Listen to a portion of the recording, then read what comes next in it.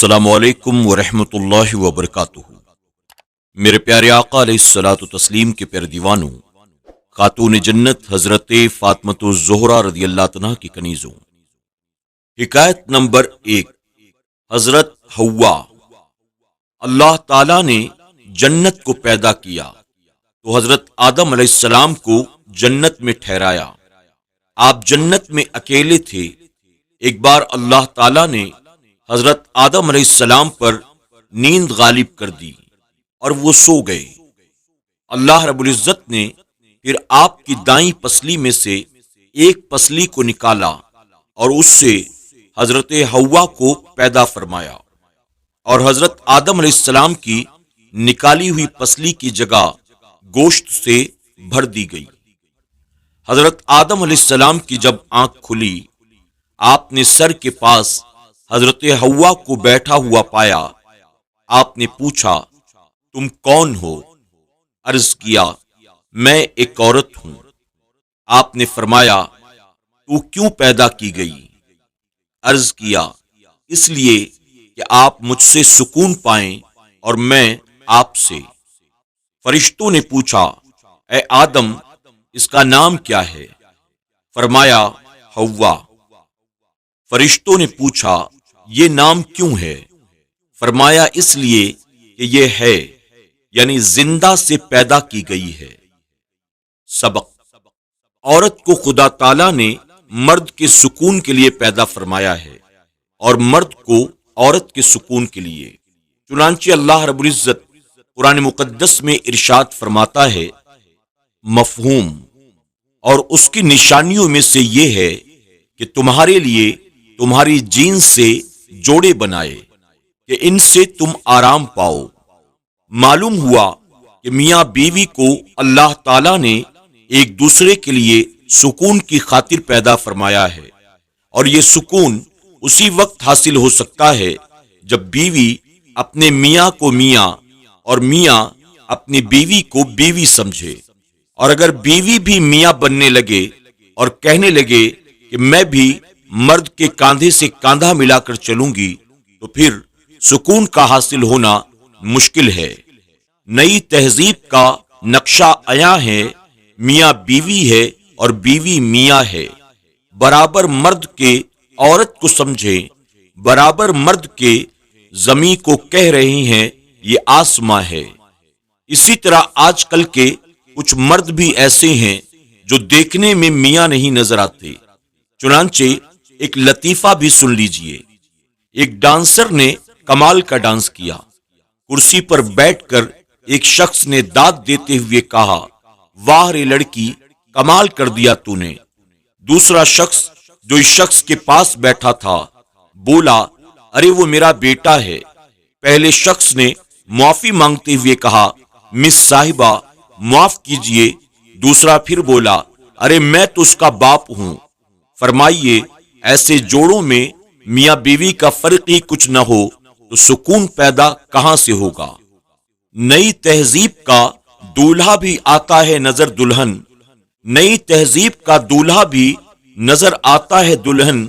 ये गोया हो रहा है अक्द लड़की ही से लड़की का। यहां एक हदीस शरीफ सुनिए। मेरी उम्मत की औरतों पर सोना और रेशम हलाल है, लेकिन मर्दों पर हराम है। मालूम हुआ कि सोने का जेवर, अंगूठी वगैरह औरतें पहनती हैं, मर्द नहीं। लेकिन आजकल शादियों में लड़की वाले दूल्हा के लिए सोने की अंगूठी तैयार करके दूल्हे को पहनाते हैं और दूल्हा खुश हो जाता है। हालांकि दुल्हन वाले को सोने की अंगूठी पहनाकर इस शेर के मिसरे की ताईद वो करते हैं। ये गोया हो रहा है अक्द लड़की ही से लड़की का।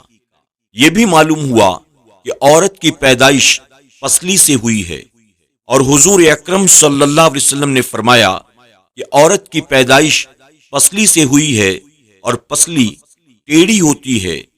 इसलिए नरमी इख्तियार करो, क्योंकि पसली को अगर सख्ती के साथ सीधा करना चाहोगे तो वो टूट जाएगी और इसका टूटना क्या है? तलाक है। इसलिए जहां तक हो सके औरत से नरमी इख्तियार करें। सुभान अल्लाह, کیسی مبارک تعلیم ہے۔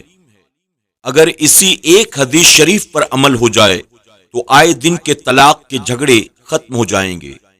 حضور اکرم صلی اللہ علیہ وسلم نے جہاں مردوں کے حقوق عورتوں پر بیان فرمائے، وہیں یہ بھی فرمایا کہ تم میں سب سے اچھا وہ شخص ہے جو اپنی بیوی کے ساتھ اچھا سلوک کرے، اور میں اپنی بیویوں کے ساتھ سب سے اچھا سلوک کرتا ہوں۔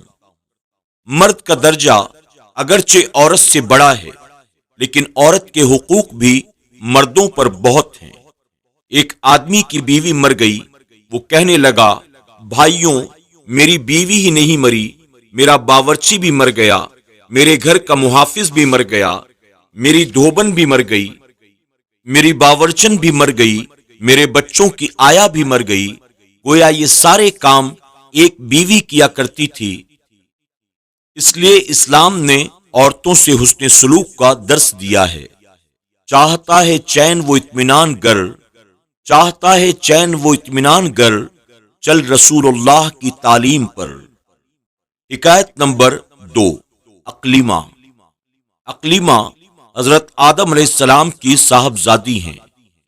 تسلسل کے لیے یہ حکایت اسی باب میں درج کر دی گئی۔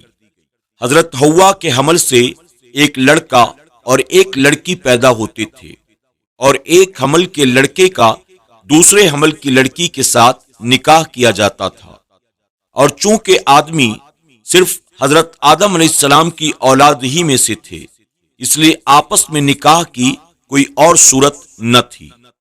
حضرت آدم علیہ السلام کے گھر ایک حمل میں قابیل اور اقلیمہ پیدا ہوئے، اور دوسرے حمل میں حابیل اور یہودا پیدا ہوئے۔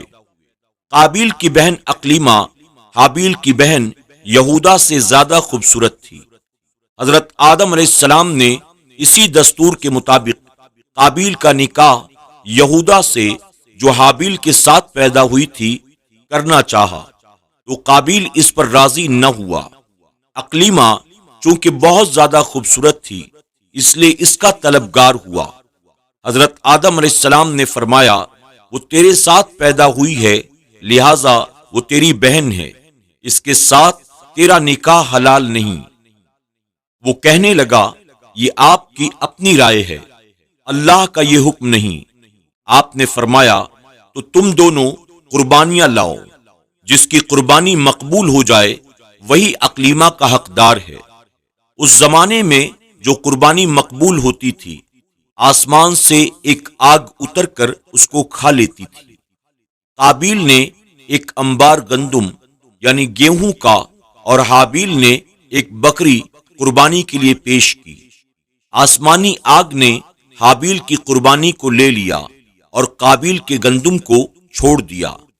اس سے قابیل کے دل میں بغض اور حسد پیدا ہو گیا۔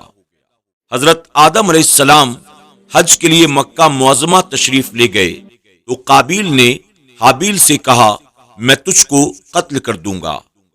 میرے پیارے آقا علیہ الصلوۃ والتسلیم کے پیر دیوانوں، خاتون جنت حضرت فاطمۃ الزہرا رضی اللہ عنہا کی کنیزوں، چونکہ اس حکایت کا آدھا حصہ اور سبق باقی ہے، انشاءاللہ ہم کل کے درس میں اس کے آگے سماعت کریں گے۔ آج ہمارا وقت مکمل ہوا۔ اپنا خیال رکھیں اور اپنی دعاؤں میں ہمیں ضرور یاد رکھیں۔ السلام علیکم ورحمۃ اللہ وبرکاتہ۔